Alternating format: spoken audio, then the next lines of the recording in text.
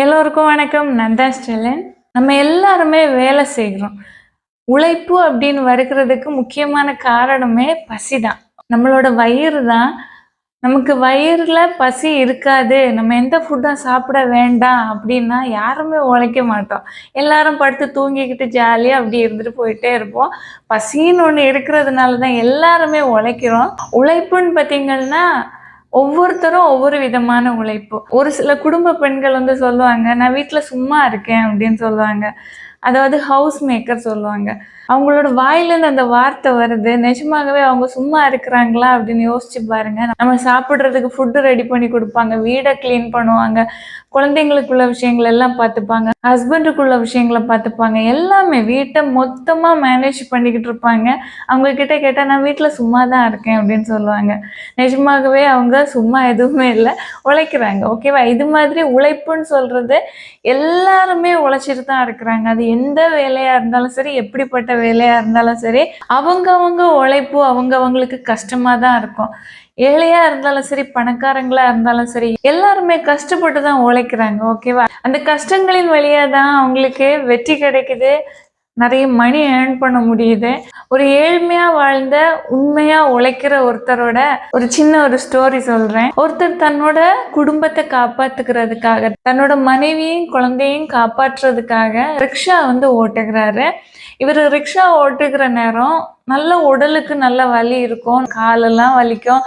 இவர் daily rickshaw வந்து மார்னிங்லேருந்து night வரைக்கும் ரிக்ஷா மிதிச்சு அதில் வர மணியை தான் வீட்டுக்கு செலவுக்கு வந்து கொண்டு வருகிறாங்க.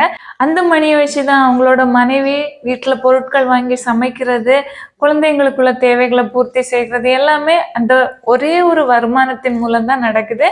இப்படியே நாட்கள் வந்து போயிட்டே இருக்குது. இவர் கொண்டு வருகிற வருமானம் எப்போதுமே போதுமானதா வீட்டில் இல்லை.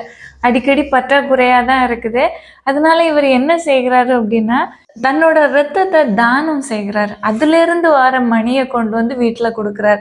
அடிக்கடி இது மாதிரி ரத்த தானமும் செய்கிறாரு. இது மாதிரி தொடர்ந்து ரத்த தானம் அவர் செய்கிறதுனால அவரோட உடம்பு வந்து பலகீனமாக மாறுது. அவரால் பழைய அளவுக்கு ஸ்ட்ரென்த்தாக அந்த ரிக்ஷா எல்லாம் மிதிக்க முடியலை. இருந்தாலும் கஷ்டப்பட்டு ரிக்ஷாவை மிதித்து அவரால் முடிஞ்ச எவ்வளவு ஏர்ன் பண்ண முடியுமோ சம்பாதிச்சு வீட்டில் கொண்டு கொடுக்குறாரு. ஏன்னா ரத்த தானம் செஞ்சாங்க அப்படின்னா நல்ல சத்து நிறைந்த சாப்பாடெல்லாம் சாப்பிடணும். ஆனால் இவர் சத்து நிறைந்த ஃபுட்டு எதுவுமே சாப்பிடுகிறது கிடையாது. ஏன்னா இவர் கொண்டு வருகிற சிறிய வருமானத்தில் தான் அவங்களோட வாழ்க்கையே ஓடிக்கிட்டு இருக்குது. அதனால இவர் வீட்லேயும் வந்து சொல்கிறது கிடையாது, நான் வந்து ரத்த தானம் செஞ்சுருக்கிறேன் அப்படின்னு எல்லாம் சொல்லவே மாட்டார். இவரோட மனநிலைமை எப்படிப்பட்டது அப்படின்னா, என்னை நம்பி வந்த மனைவி குழந்தைங்க இவங்களை நான் தான் காப்பாற்றணும். என்னால் எவ்வளோ முடியுமோ அவ்வளவு நான் அவங்களுக்காக என்ன நான் தியாகம் செஞ்சு அவங்களுக்காக நான் உழைப்பேன் என்னோட வாழ்நாளில் அப்படின்னு உள்ள முடிவோட அவரும் உழைச்சிக்கிட்டே இருக்கிறாரு. இது மாதிரி அவர் தொடர்ந்து உழைச்சிட்டு இருக்கிறாரு, ரத்த தானம் செய்கிறாரு. திடீர்னு ஒரு நாள் ரொம்ப உடம்புக்கு முடியாமல் அவர் இறந்துடுறாரு. இறந்த அப்புறமா வீட்டில் ரொம்ப ஒரு வருத்தம். அவங்களோட மனைவி அழுகிறாங்க, குழந்தைங்க அழுறாங்க. நாங்கள் என்ன செய்வோம் அப்படின்னு ரொம்ப கதறி அழுகிறாங்க. இவங்க அழுதுகிட்டே இருக்கிறாங்க. ஒரு 3 பேர் வந்து வெயிட் பண்ணிக்கிட்டே இருக்கிறாங்க. அவங்களோட முறைப்படி எப்படின்னா டெட் பாடியை எரிச்சிருவாங்க. எரிஞ்சு முடிச்சதுக்கு அப்புறமா 3 பேர் காத்திருந்தாங்க பார்த்தீங்களா, அவங்க வந்து பேசுறாங்க, உங்களோட ஹஸ்பண்டு உயிரோட இருக்கிற நேரம் ரத்த தானம் வந்து செய்வாங்க. அந்த நேரத்திலேயே தன்னோட எலும்புகளையும் தானமா செஞ்சு அதுக்குள்ள பணத்தையும் பெற்றுக்கொண்டாங்க. அதனால இந்த எலும்புகளை நாங்கள் சேகரிக்க வந்திருக்கிறோம் அப்படின்னு வந்து சொன்னாங்க. இவங்க அதை கேட்டுட்டு ஓன்னு அழுறாங்க. ஏன்னா அவர் வந்து உயிரோட இருக்கிற நேரம் ரத்த தானம் செய்தது இவங்களுக்கு தெரியாது. தான் இறந்ததுக்கு அப்புறம் கூட அவங்களோட எலும்பு கூட விடாம தானம் செஞ்சு அந்த பணத்தை வச்சு தன்னோட மனைவி குழந்தைங்கள வாழ வைக்கணும் அப்படின்னு நினைச்சிருக்கிறாரு. அதெல்லாம் அவங்க நினைக்கிற நேரம் அவ்வளோ ஒரு வேதனையில அவ்வளோ கதறி அழுகிறாங்க. இதே மாதிரி தான் நம்மளோட லைஃப்லையும் நம்மளோட அம்மா அப்பா வேலை செய்வாங்க, அண்ணா தங்கச்சி, வாழ்க்கை துணை ஆகட்டும், மனைவி ஆகட்டும், கணவர் ஆகட்டும், யாருனாலும் உழைக்கிறவங்க ரத்த தானம் செஞ்சோ இல்லை எலும்புகளை தானம் செஞ்சோ மட்டும் உழைக்கிறது உழைப்பு கிடையாது. டெய்லி அவங்க என்ன உழைப்பு செஞ்சாலும் தன்னை வருத்தி தான் அந்த வேலையை வந்து செய்கிறாங்க. ஒரு சிலர்லாம் நினைப்பாங்க, அவங்க வந்து ஏசி ரூம்ல உட்காந்துருந்து வேலை செய்கிறாங்க, இவங்க வந்து வெயில்ல கஷ்டப்படுகிறாங்க. கஷ்டம்னு சொல்ற 2 பேருக்கும் இருக்கும். ஓகேவா? வெயில்ல உழைக்கிறவங்களுக்கும் கஷ்டம் உண்டு. அதே இது ஒரு அறைக்குள்ள இருந்து வேலை செய்கிறவங்களுக்கும் கஷ்டம் உண்டு.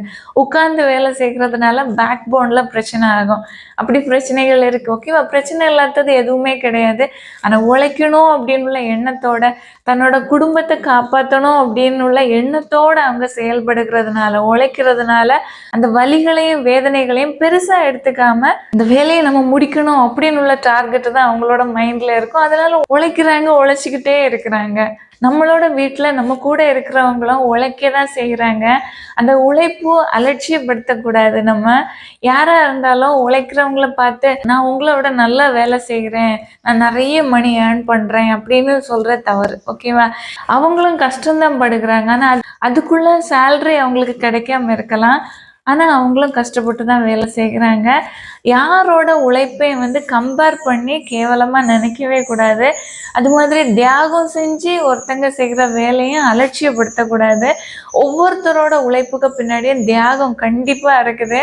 அந்த தியாகத்துக்கு நம்ம கண்டிப்பா மதிப்பு கொடுக்கணும். அது உங்களோட வீட்டில் உள்ளவங்களா இருந்தாலும் சரி, இல்லை வெளியே உள்ளவங்களா இருந்தாலும் சரி, எல்லா விதமான உழைப்புகளுக்கும் நம்ம கண்டிப்பா மரியாதை கொடுக்கணும்.